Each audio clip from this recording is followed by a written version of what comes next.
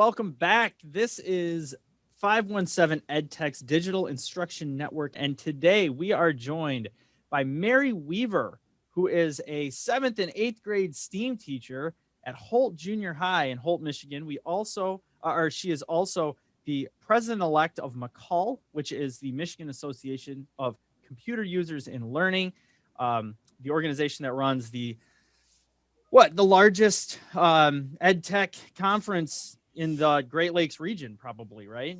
Absolutely. She's also an instructor for the College of Education at Michigan State University here in East Lansing. Mary, thanks for being here. How are you doing? I'm good. How are you? We're doing all right. We're doing all right. So today we're going to be talking about lesson design, specifically with the idea of flexible learning. Knowing that right now students are dealing with different environments that they're learning in, coming in and out of remote settings, having schedules change things. Some of them are having to go into, 14-day quarantines. What we wanted to talk about today is how she is designing her lessons with the idea of making sure that the learning environment is flexible so that students can engage well no matter what conditions or circumstances they find themselves in. Some of the things we're going to try and talk about today is sort of how she's had to shift her lesson planning from face-to-face to the remote setting. I've gotten the opportunity to see Mary teach in her classroom in person on a number of different occasions. And she teaches a very, very engaging, hands-on, bell-to-bell, lots of doing, lots of individual goal setting with students. And so that transition to remote wasn't necessarily wasn't obvious how to make that transition. So we want to talk about that a little bit. I want to talk about the approach to asynchronous learning environments, which is different than synchronous, of course. The communication that it takes to arrange that and the logistics that are in play, collecting and providing feedback. Once you've got students doing all this kind of work, what does it look like to actually take it in and help them learn through it?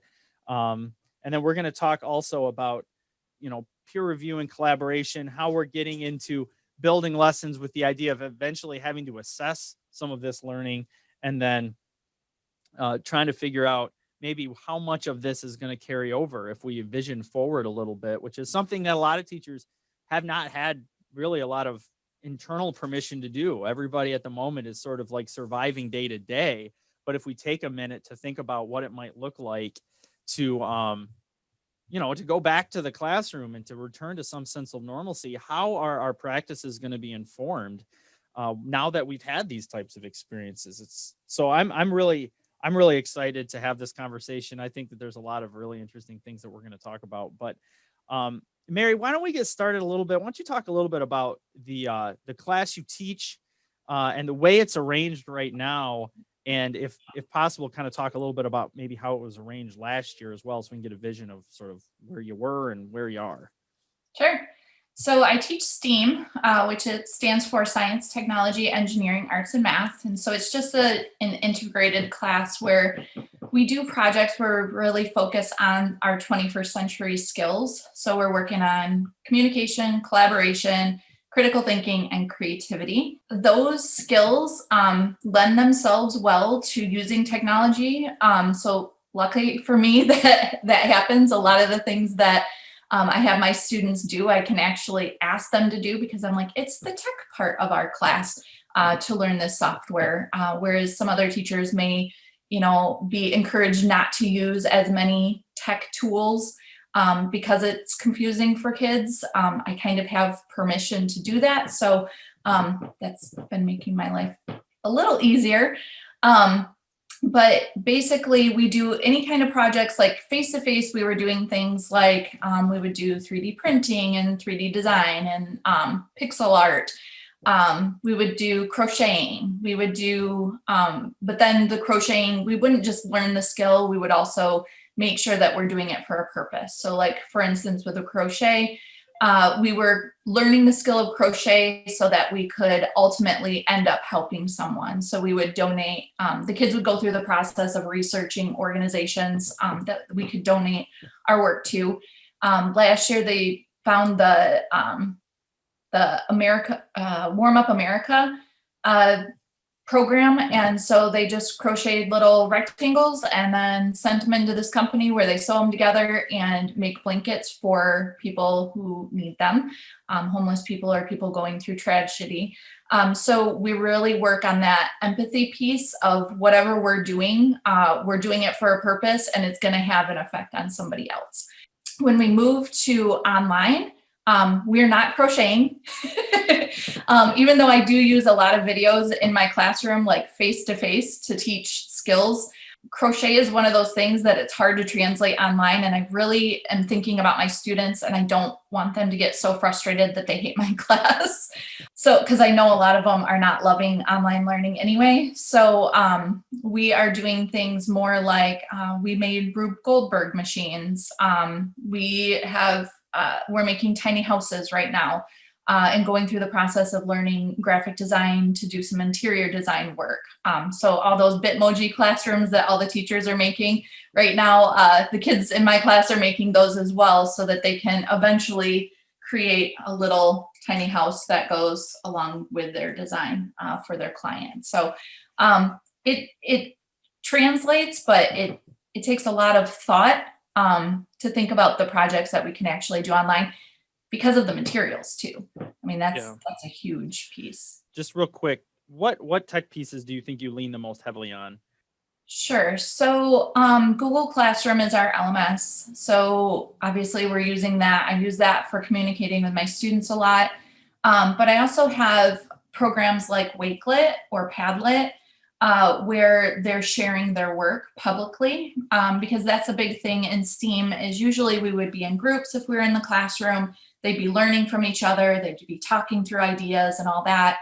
And a lot of these kids are home by themselves. I have one group of lucky kids in 6th hour where the two guys are together every day. So they're able to do a little bit of more collaboration. But I really want them to share their work publicly so that A, they put effort into it, but B, so that they're learning from each other as well. So Wakelet has been a really good place to do that. I think I rely on that. And then Google Slides, because that's usually where I put my lessons, is in Google Slides or Google Docs. And then we also use Google Sheets as well, so that we can organize our work, and I'm showing them different ways to turn things in as well. And then you mentioned another thing in there, which was that students aren't really loving the remote learning.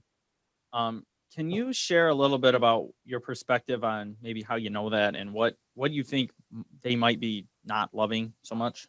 I know that because I hear it, right? And I also have kids myself. So I have a 3rd grader and I have a 9th grader who would both prefer to be in school. They're doing what they have to do. And actually they're learning quite a bit. They don't even realize how much they're learning about tech tools, about communication. They're learning all sorts of stuff, that we wouldn't normally learn if we were in the classroom, but they still don't prefer it. When I've taught online in the past, I've taught classes at Michigan State. All of the people who have been in my classes previously have wanted to be there. They're master's students signing up for this class, and they know it's going to be delivered online. These kids are kids that they had no intention of ever learning online, and they never really got a boot camp on how to do it. So we're trying to teach them content when in reality, they don't even necessarily know how to use the tools that we're using to deliver that content. So, it's like we're asking them to drive down a road that hasn't been cleared for at all. Exactly. And I understand that there's a certain mechanism, particularly in the STEAM class, there's a certain mechanism for, we're going to explore this and we're going to make some mistakes. We're going to figure this out and all that other stuff. And there's some value to that in certain contexts, but there's not necessarily value to that in every context all the time. Like there's a certain point at which you say, okay, at least I've got to be able to give these students material in a language they can read, for example. So you just brought up the mistake thing, and that's a really good point. So in my classroom, when we were face-to-face, we get out materials, we try things, we talk about failing and how important it is, because that helps with our learning. And so I've got that as a teacher in my mind. I'm going, oh yeah, we're going to try all these things. But I will tell you, to fail online on a video is a much different than failing face to face. And these kids are scared of that. And if you think about it, it's really hard for a teacher to assess anything unless there is a record of it. So when a kid takes a picture of something and turns it in, right? But whenever you do that, it feels very permanent. Mm-hmm. So that whole like, let's fail to learn thing does not translate super well. I mean, I'm trying to get it to, and, having them do things like show me your work, like up to the camera, but yeah, it's awkward, right? It's almost like the kids are having to expose their whole learning process to everyone in their class, where usually, like you can come over to the table and provide that one-on-one feedback. Like you said, even holding up a picture, their whole class is now seeing it, or submitting something that they know, like you said, is going to be permanent. It is a lot riskier. I wonder though, I see a lot of, permanent good things coming from it too, though, where like, it's okay for others to see that, that path that the kids are taking, and to give each other feedback when it is constructive, and not just to see the final flashy, shiny product. I think kids can learn that when others are making the mistakes, it's okay for them to make it too. Yeah, I'm actually lucky in my 4th and 5th hours because I teach 8th grade, and I had a lot of those kids in 7th grade. They chose to take STEAM a second year.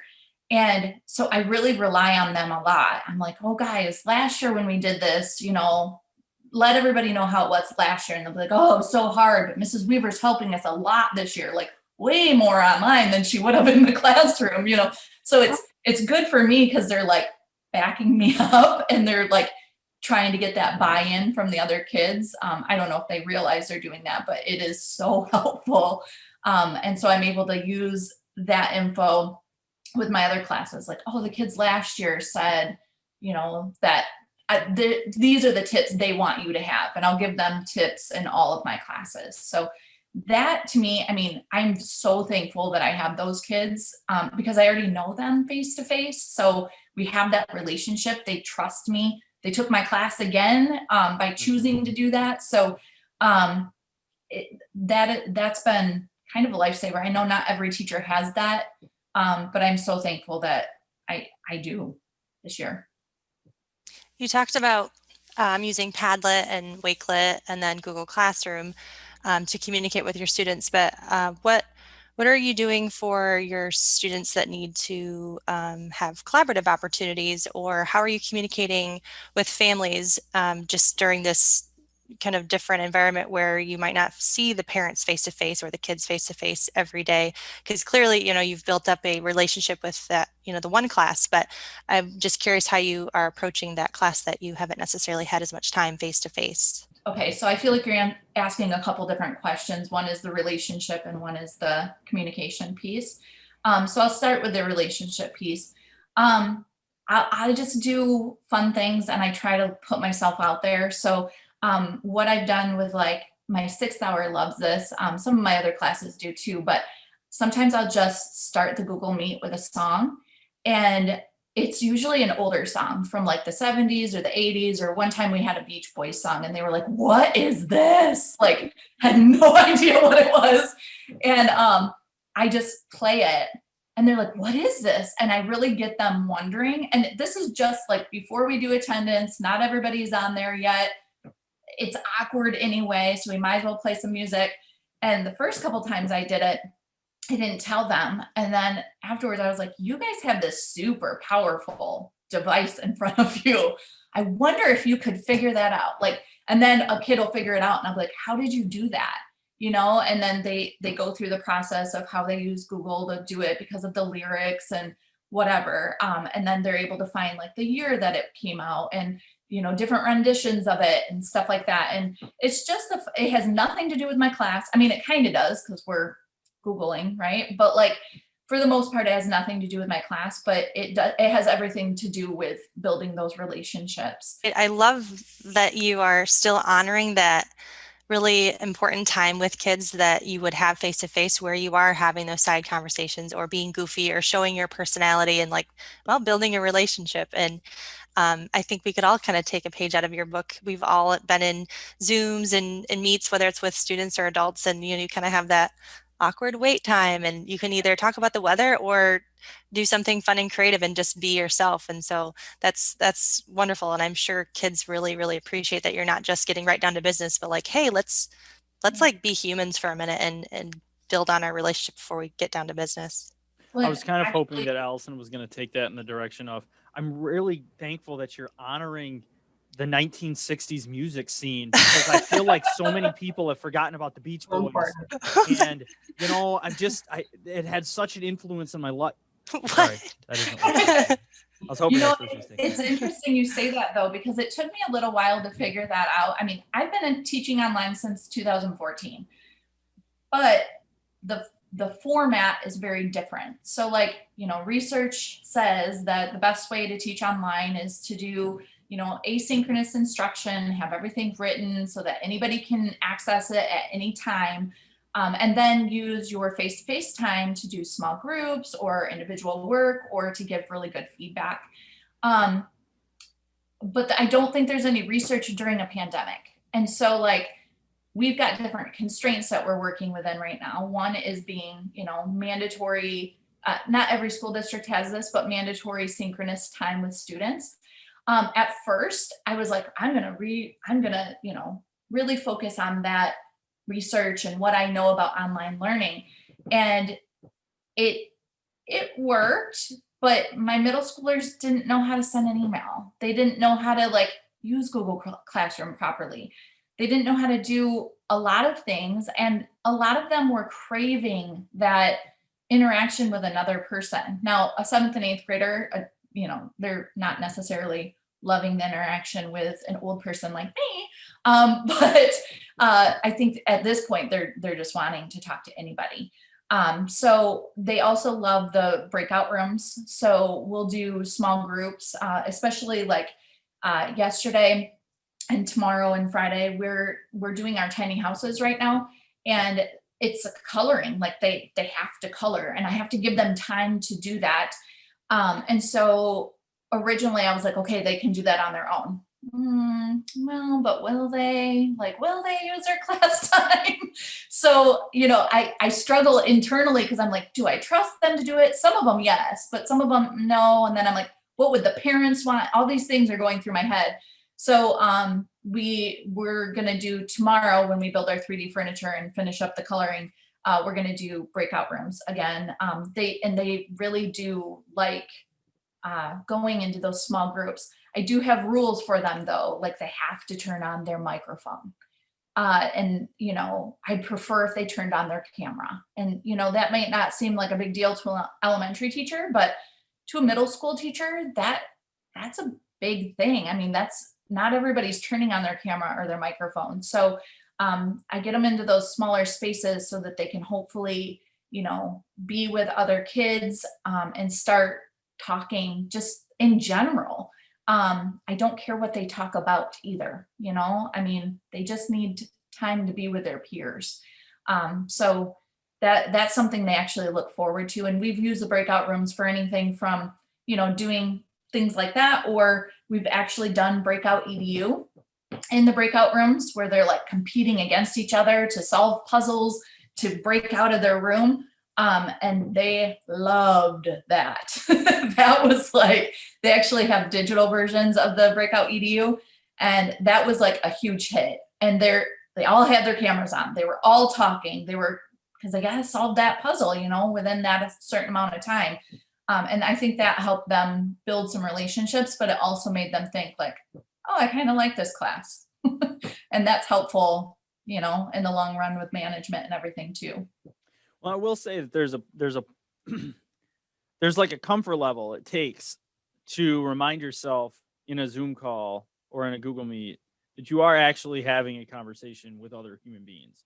Yes, you are sitting alone in your space, but you're still talking to other people, and it takes a second to get used to that. And so there's a certain wisdom in saying, okay, the first thing we've got to do is just sort of break that digital barrier and remind each other that, like, all right, there's 4 people in the call with you. Yeah, you're all little Brady Bunch boxes on a screen. That's true. But like, just get into the rhythm of having a conversation with somebody. As people get more comfortable with just talking to each other through a digital means, you're naturally going to get them then to talk more about content and talk more about classwork and talk more to you. And so getting, we're going to break this down into littler groups. And we talked to somebody a couple episodes back where basically their district is all small group, or a lot of their district is small group because of that alone. Like, the students are just reluctant, adults are just reluctant to engage in a 25-person Zoom call. They don't want their camera on. They don't want to say anything. Well, we know from the research, we don't know a ton about research about remote learning during a pandemic, but we do know that passive observers in lessons don't learn as much as active, engaged people in lessons learn. Well, and when it comes to those breakout rooms, like with the coloring, for instance, I've tried it where I make them go to the breakout room. And then I've tried it where I'm like, you have the choice, like from the very beginning. It depends on the class. It depends on the students, what they're going to do. But what I'm ultimately realizing with some of this, especially when they're just doing things like, if they're just doing something to fill time, like for instance, with the coloring that we're doing, right? I don't need to babysit them coloring, right? And like, do they need to have the screen on for that amount of time when they could technically have the screen off and they're doing something offline, which is good right now too. So like, I go back and forth with all of that kind of stuff. And so what I'm kind of coming down to the realization right now is some kids need the interaction and some kids would prefer just to get the work done. And I need to try to honor that. And so what I did yesterday, and yes, we'll see how it goes, is I gave them the choice, but I kind of like told them what I was expecting. And interestingly, mostly girls stayed. And I listened in on some of their groups and they weren't talking necessarily about the content the whole time, which I was okay with. They were doing coloring. Like, we wouldn't sit there and talk about content either while we're coloring, right? I mean, so like my expectations needed to be realistic for this. Right. But many of them were like, I don't have any friends. I'm so glad we're doing this. And, I wasn't a presence in the classroom. They knew I was there because like, my little screen was there, but for the most part, I was no camera on, no talking or whatever. And I didn't listen in the whole time. But when I did listen in, it was all about friendships and how they're so glad that they're able to like talk right now. And one girl even went and got something and she was like, Mom, I just got phone numbers. I'm getting friends. Like, it was the coolest thing. I'm so glad that I listened during that time. So, I mean, and I do have a friend the other day that gave her class a 1-hour free pass and was like, we're all exhausted. Take this 1 hour as a mental health break. If you want to go into a breakout room, you can. If you want to just go and do whatever, Take a nap. Go do that. Yeah. I think that's something that we wouldn't have known how to handle. A lot of teachers I've talked to, and I've done check-ins with a couple dozen teachers now, and a lot of them report out that they have a system they feel is functioning fairly well. The students are learning fairly well. The students are engaging fairly well. Like, the materials seem to be working okay for what they need to do. But so now we can start to appreciate a little bit the missing elements, which is like that social component, which is more than just like throwaway time at lunch and 5 minutes of passing period. Like, there's actually some fairly important functions that those are serving that are not being accounted for in the system the way we have it. Because now we've got kids that are learning some stuff, but they're feeling really isolated. They're feeling really lonely. They're not talking to anybody their age or whatever. At some point, we got to like bring some of those social components back, because there's a cost to all of that. Really appreciate the fact that you're valuing that time and kind of taking a risk and allowing them to have those social interactions and build relationships. In addition, I heard you talk about earlier where students are, having to share their work and parts of their learning process, which is very scary at times. But I also see that you're kind of modeling that behavior by trying out some of these new approaches. And you've talked about things that worked well and things that maybe you had to tweak. And so I think that that's yet another way to build a relationship by modeling, hey, this is, we're all in this together, not just you as students, but like I'm also going to, practice and fail, and that's okay. But I'm curious as to like all the things that you've done in the first half of the year. I think in our pre-conversation, you talked about, how much heavy lifting it took this semester, everything from, getting those foundational tech pieces in place, but translating your content from, what you did in person to online and making those tweaks as to, hey, this worked in person, but doesn't work online. So here's how I'm going to change that. So I'm curious that process, but then my second question is also like, how would that process change for like the second half of the year, or maybe what would you change or what would you keep the same for the second half of the year, just reflecting on your past however many months? Sure. So I think the biggest thing is most of the teaching has to be transparent when it's online. So, when we're in the classroom, all of my instruction can come out of my mouth. Now, I may, put some things on the board. I may have some things in, like we actually use Google Classroom before pandemic learning, just as a place to have all of our stuff. I wasn't a power user by any means, but we put our stuff in there, right? So like all of our projects and everything were in a Google Doc, and then I would put that inside of Google Classroom based on the theme of whatever it was that you were working on. But I didn't have all the instruction written out. I didn't have videos made. I didn't have anything like that. And so one thing that I learned in the spring, especially, is how important it is to value the learning of the kids who aren't able to be there as well. And so most of my instruction is either written in the speaker notes of the slides that I'm using, or I make a video showing or telling like exactly what it is that we actually learned that day. Now, if students look at it or watch it, I don't know, but I don't have that data, but at least it's there for those students who need it. Most of my students are there now, so it's not so much as an issue as it was in the spring. But there are kids missing because they're sick or grandma's sick, or they're going somewhere or whatever. So that's one piece of what I always make sure that I do. Basically, my lessons are in Google Classroom. They're sorted by week. So like this is week 12. I start out with my learning plan. And my learning plan says everything that we're going to do for the week. Is it okay if I share my screen to show what the learning plan even looks like? It sounds like too, while you're sharing that, it sounds like I'm like noticing a theme of, things that happen naturally in in-person learning, the feedback, the small group time. I mean, they would be coloring at a table. You just going around giving feedback, or rather than making the speaker notes, you're going to just do a little side conversation. All of those now have to be intentionally placed into your lesson plan. You have to figure out when you're going to get that social time in, when you're going to provide the feedback, when you're going to do the little extra explanation that they need. All of that is so intentional now, where before in person, it was just part of natural teaching that would occur in a classroom. And this is a lot more work. I mean, a lot more work that is going into this. The good thing is, hopefully, now that this is all transparent, it's all written out, I will be able to use it for second semester. My class is only a semester long. So if we are continuing to be online, I do plan on using this stuff again. Obviously, I'll reflect on it and go back, change things based on how it worked, but I do plan on using it. So this is actually my Google Classroom. As you can see, it's set up by week. I put the dates and everything on there. And then I start out with this learning plan right here. So I'll just show you what it looks like.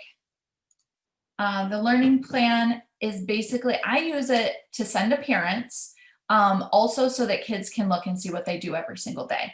So in this case, they can see Monday and Tuesday are the same for us. I teach first, second, and third on Monday, and fourth, fifth, and sixth on Tuesday. Everything that we're doing is down here. Okay, so they've got their times of their classes, and then they've got what we're doing here. And then like today is an asynchronous day, so I explain what that means and then tell them what they need to do, and then tell them when the thing is due. So like everything else that we're doing, if it had a due date, I also put this little due today or due whatever as a visual. But basically this is the stuff that would be on the board. They're not really the I can statements or anything, but it's laying it out in simple terms.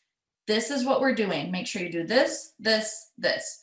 And then I teach the kids how to use this, like go to it every single day. So like if a kid comes into Google Classroom, do we meet today? Another kid will chime in, look at the learning plan. It tells you exactly what we're doing, which is great. But I also take a screenshot of this and I send it to parents so that they can see what we're doing.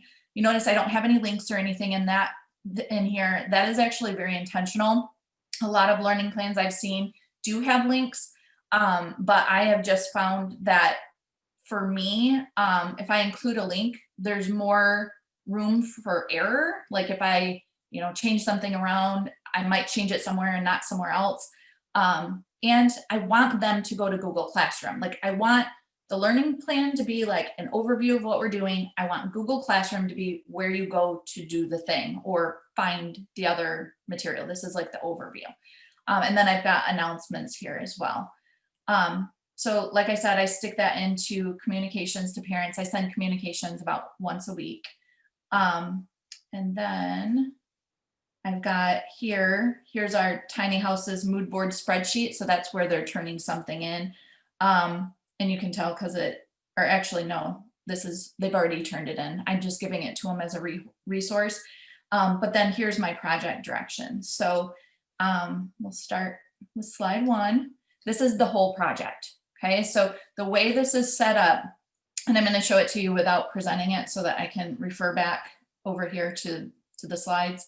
And then you can see what's on my screen. So these are all 11 directions for the second part of our tiny houses project. And they can go through, step by step. And then I've got a little reminder here. Everybody's using the Bitmoji right now, right?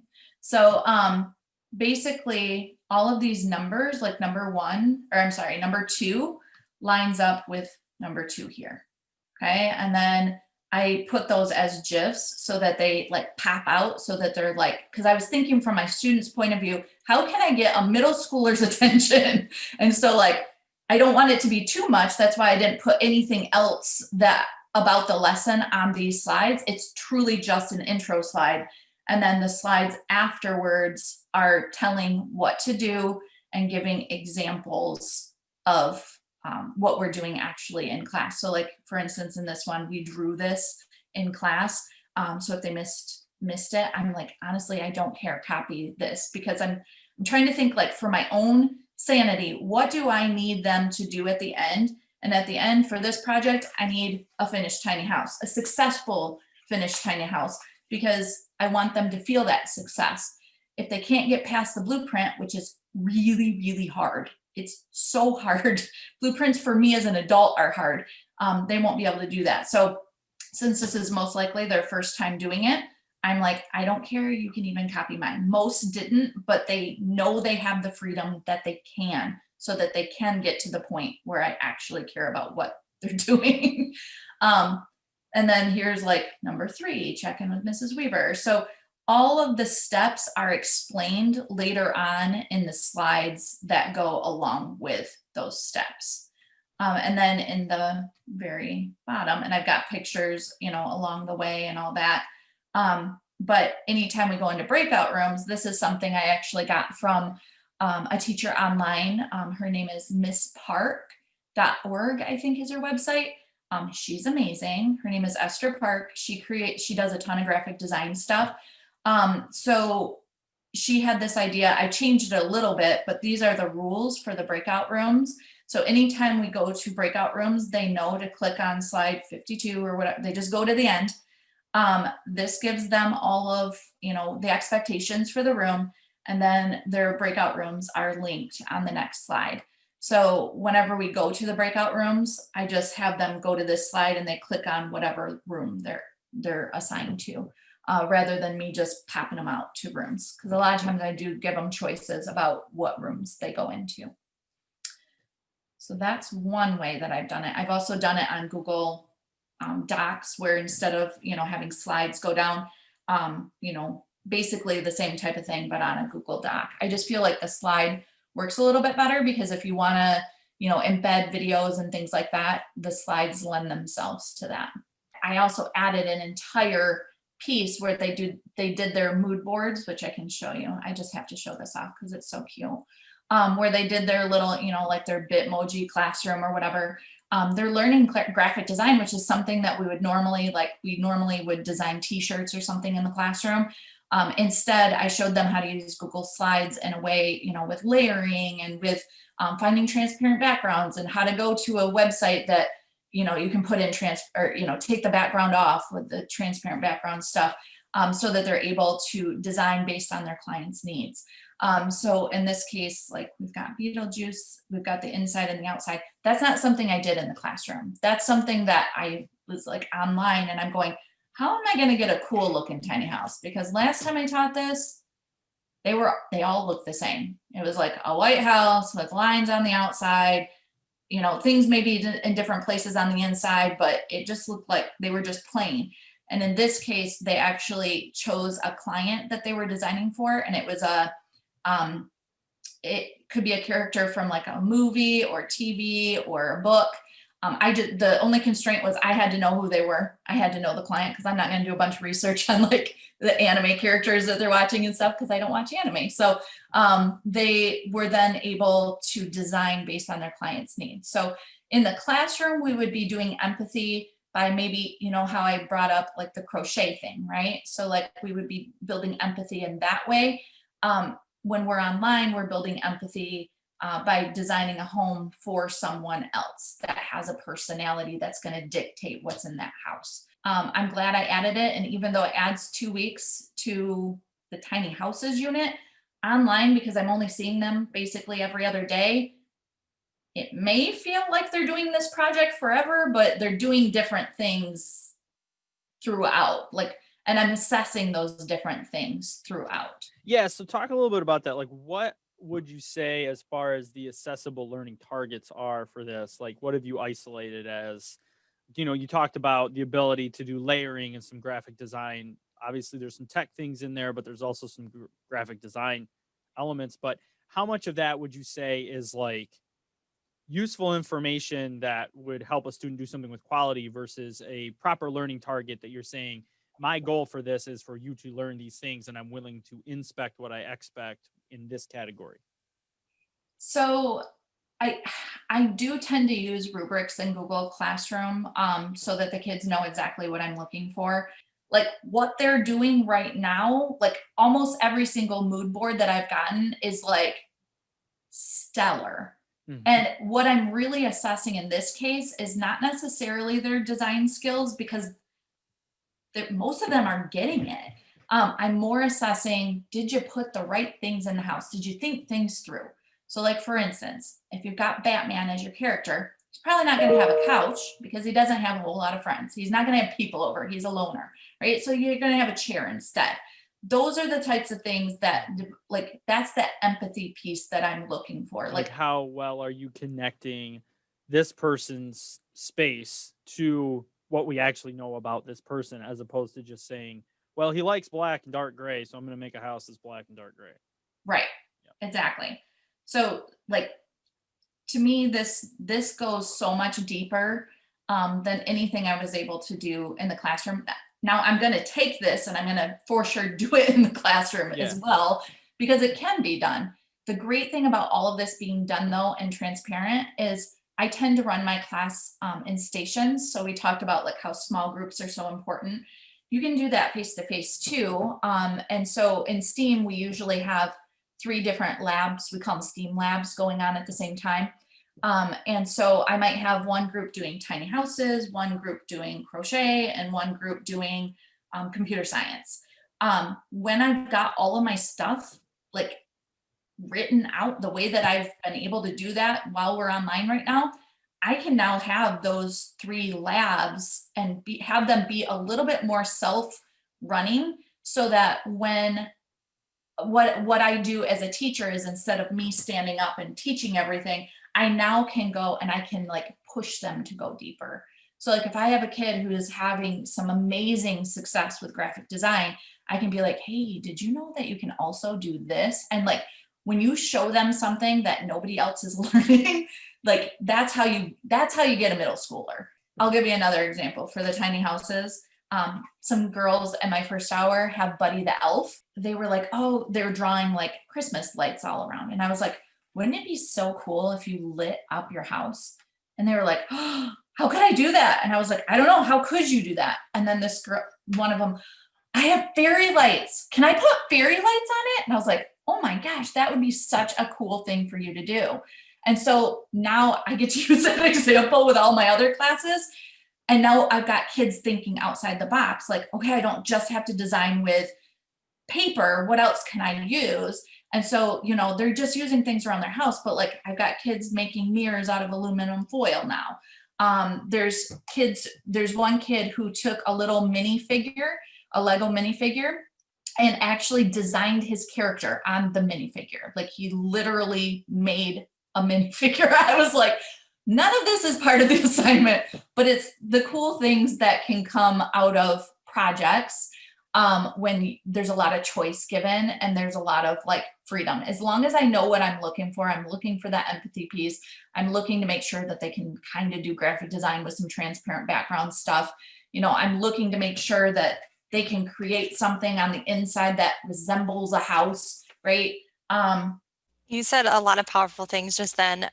The one that I'm really hearing is you taking away this concept of you had this project that normally worked great in person and it didn't translate to online. So you tweaked it and now they're doing the graphic design in the Google Slides. So really appreciate that you're not just trying to fully just say, okay, I did it here and I'm going to do it here. I'm going to make a PDF of everything and I'm just going to try and make it work. So that's a lot. That is not an easy task to do.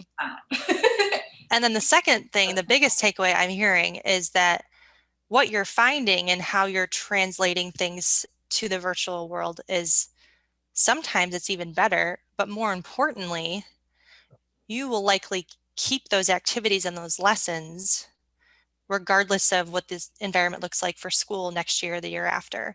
And that is very powerful because you're doing all of this very, very time-consuming work. And it's creative, but it takes a lot of time to translate all of that stuff from in person online. But hopefully in the long run, this will enrich your activities and your lessons even more so, and possibly in the long run, save you time, which, you know, I think all teachers right now in the long run definitely deserve some time savers. That's exactly it. I mean, every time I do anything, I'm literally thinking, how can I save myself time? I know I'm putting some work in with the designing of the slides and stuff right now. But I'm actually not even thinking super long-term with this stuff. I mean, I am, it's nice that I can use it, but I'm even thinking like, okay, how am I going to have them turn this stuff in so it's easiest for me to grade? Because if you think about it, grading a project online is a huge amount of work and it takes a ton of time. Grading projects just period takes a lot of time, like when you're face to face, and it is compounded online because I have to go into Google Classroom. I have to click on the assignment. I have to open up, you know, each individual kid's stuff, wait for it to load, and then see how they have done this. And so a way that I am getting around that is I actually have digital portfolios that they put out all of their projects on. So every kid is creating a website.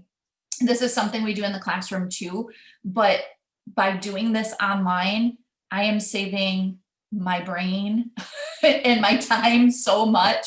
And in the end, they have good skills because they have to think about how they're going to represent their project. Like, are they going to take pictures of it? Are they going to take a video? Are they going to do a time-lapse video? They're thinking through how they're going to best represent their learning and their project on their website. And then they write a 4 to 8 sentence paragraph that is an overview of what they did, what they learned, or what is it? It's what I did, how I did it, and then what I learned or how I felt about it. So that's what their 4 to 8 sentences. So in the end, they will have this portfolio where every single project that they have done in STEAM is curated in this one place. And that is, you know, a skill that, you know, workforces are looking for right now. But it's also easier on me to grade, right? So I can go to the website, and especially if I know in the end what I'm looking for, because like in the classroom, I'm looking for this, right? Like I'm looking at this. This is the product. But online, the product is either a picture or a video of this thing.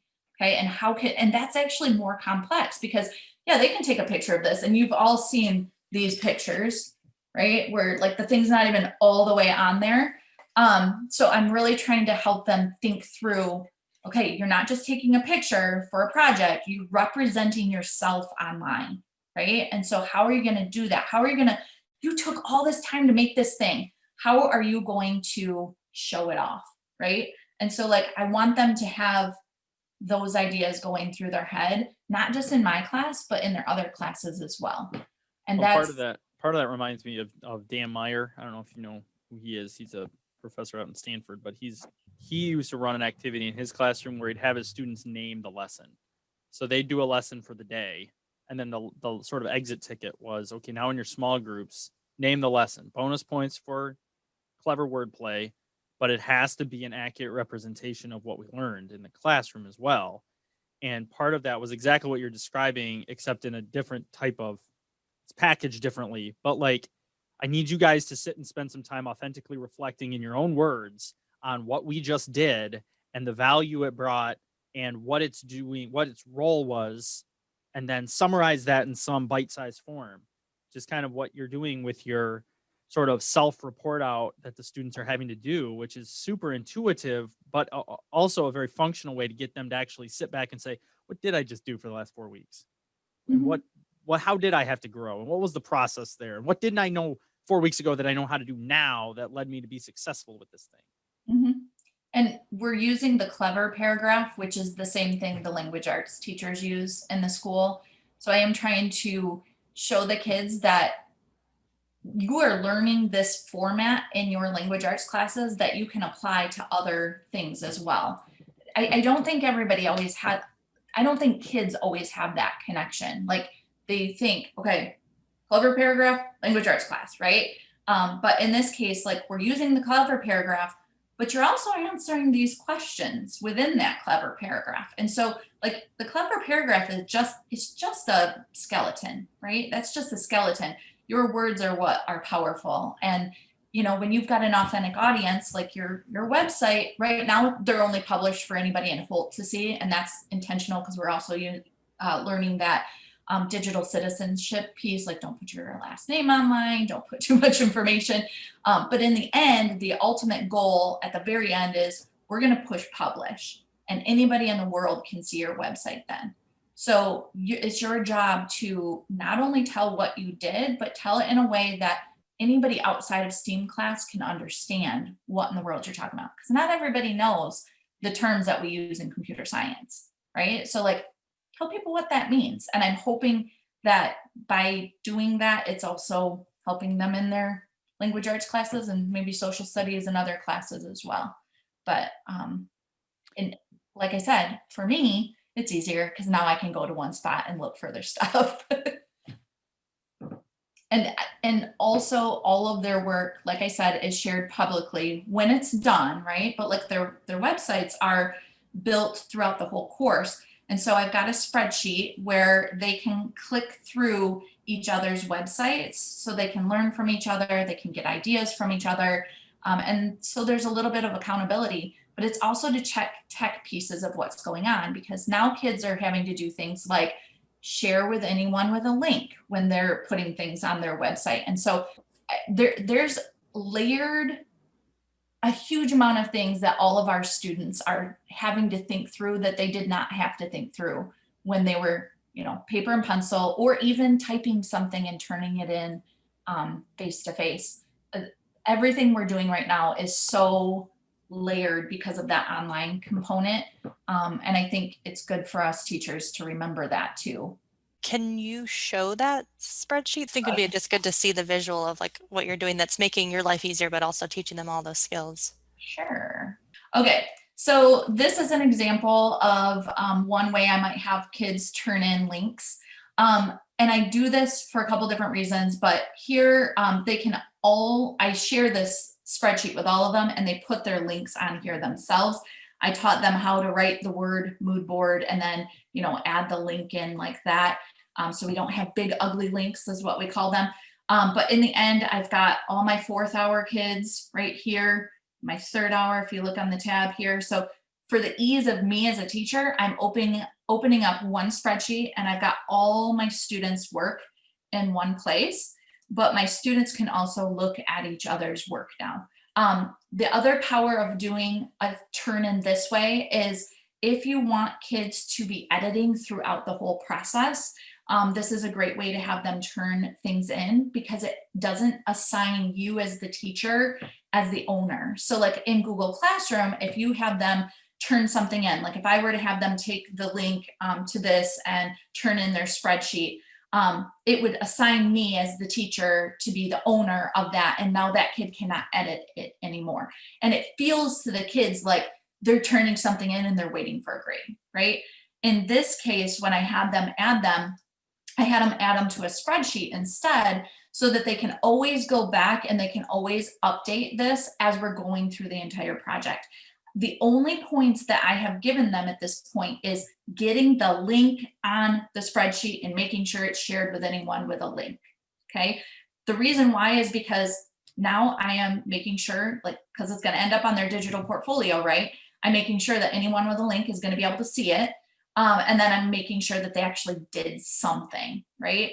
But there are a bunch of kids right now that have not done like the exterior, let's say, of their house, but they have this 4 weeks to get that done. Some kids, it might take a little bit longer for processing, or maybe something's going on at their house or whatever. I don't need to see these until the very end anyway. So I do have them turn them in on a spreadsheet so that they can keep editing. And hopefully they're learning when I do something, I don't just do it and turn it in and I'm done with it. That's not how the workforce usually works. Usually in the workforce, you do something, you get some feedback, you do it again, you get some feedback, you know, and this format tends to help with that a little bit. I love that. You're sort of training them to understand the learning process in a more authentic way. And you're sort of removing that like threat of a grade or it being late. Like you constantly have this little window into their progress, into their learning.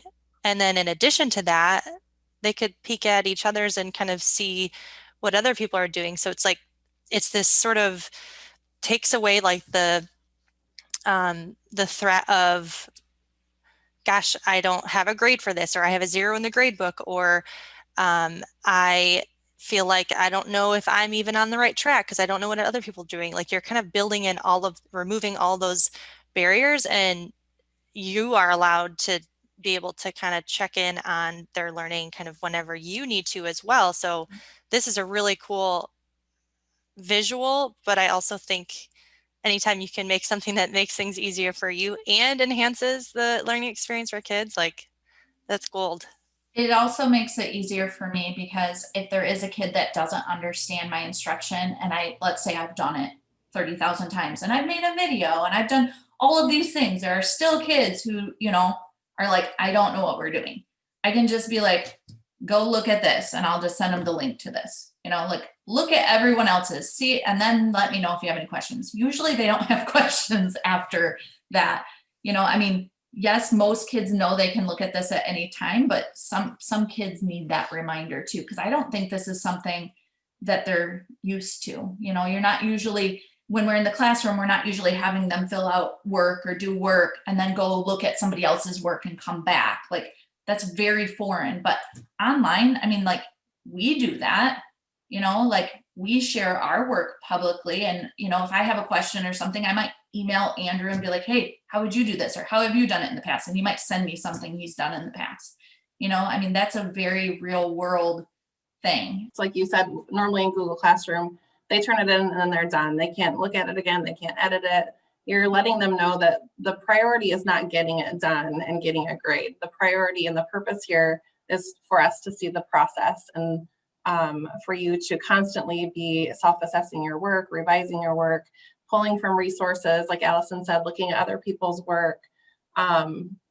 They aren't probably coming to you as often anymore with, I don't know what to do. I don't have any ideas. Like, oh, I'm just sitting here and I don't know where to start. They don't have to say that anymore because you've provided them with a platform for learning from each other. And that's just built in. It's not, so they're becoming better problem solvers. So the things that you are doing in your classroom for sure is carrying over into the type of student that they are in general.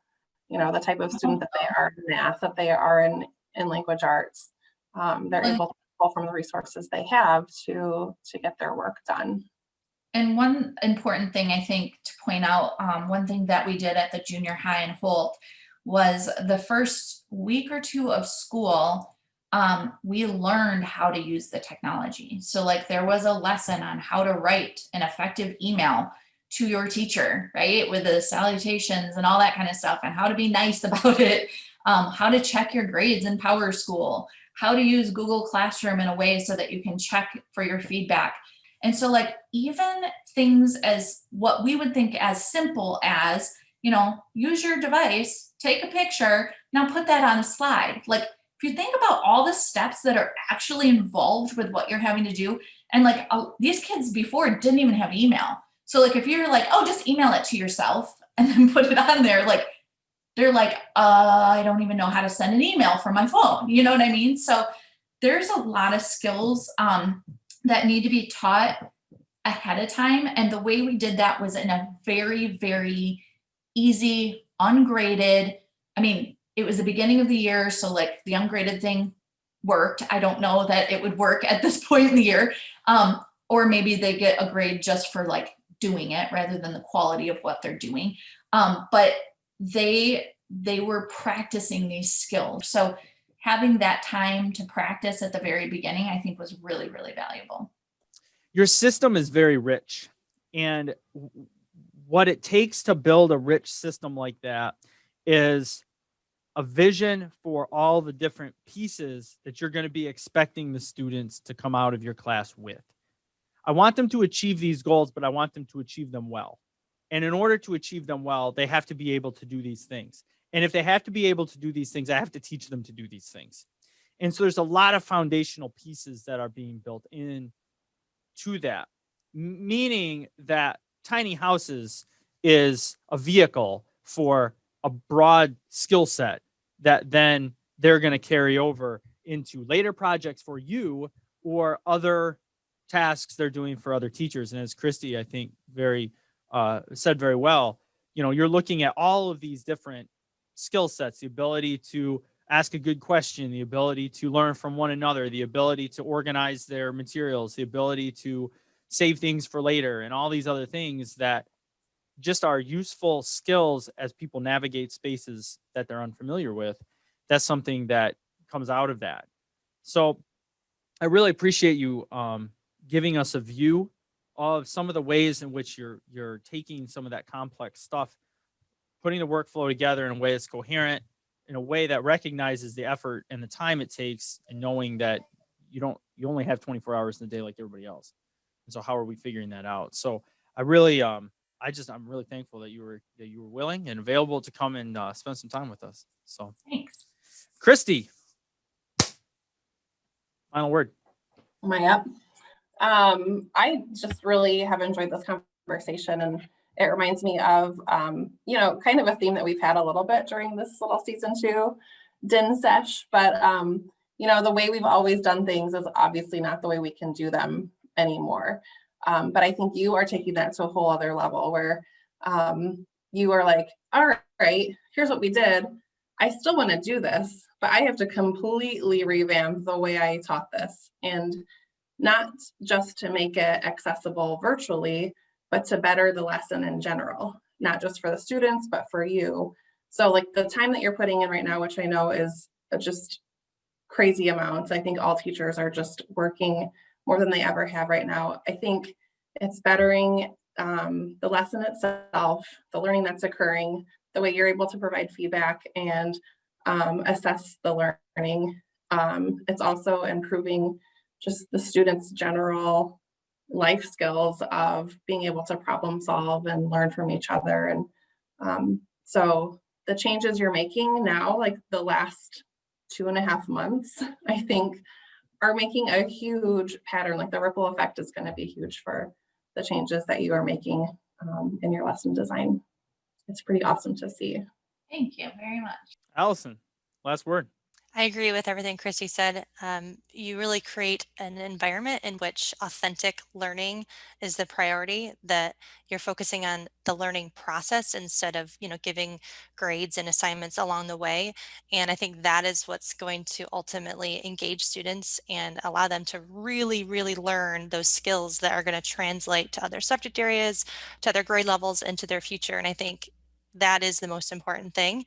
And then also, I just want to point out that based on all the work that you've shared that you've done and all the heavy lifting you've done this semester and the summer and spring, that hopefully all teachers will feel a sense of relief when the semester changes over and they can say, okay, let's reflect back on all of the hard work we've done and hope that this next semester might be a little easier because of all of that hard work you've done. In addition to next school year, hopefully, a lot of the rich work you've created will be, translated in person just as easily.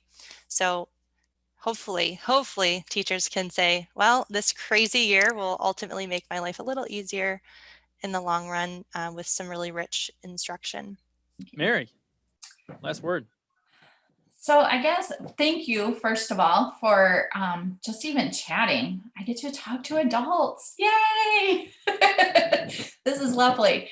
But I just wanted to say, I have been teaching online since 2014. So there are some systems that I, have had in place for a few years. With that being said, the way that we're teaching right now is nothing like anybody has ever done before. So my suggestion is give yourself some grace. I'm trying to do the same thing. It's hard. I know how hard that is, especially when you've got, your little people waiting for you and expecting things every day. But, plan backwards, start with the end goal in mind, plan back from that, get systems that make the students, more visible to each other, but also easier on you.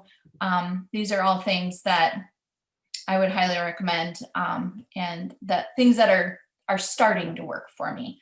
So I'm learning through this whole process too. So thanks guys for having me on. I really appreciate it. It was fun.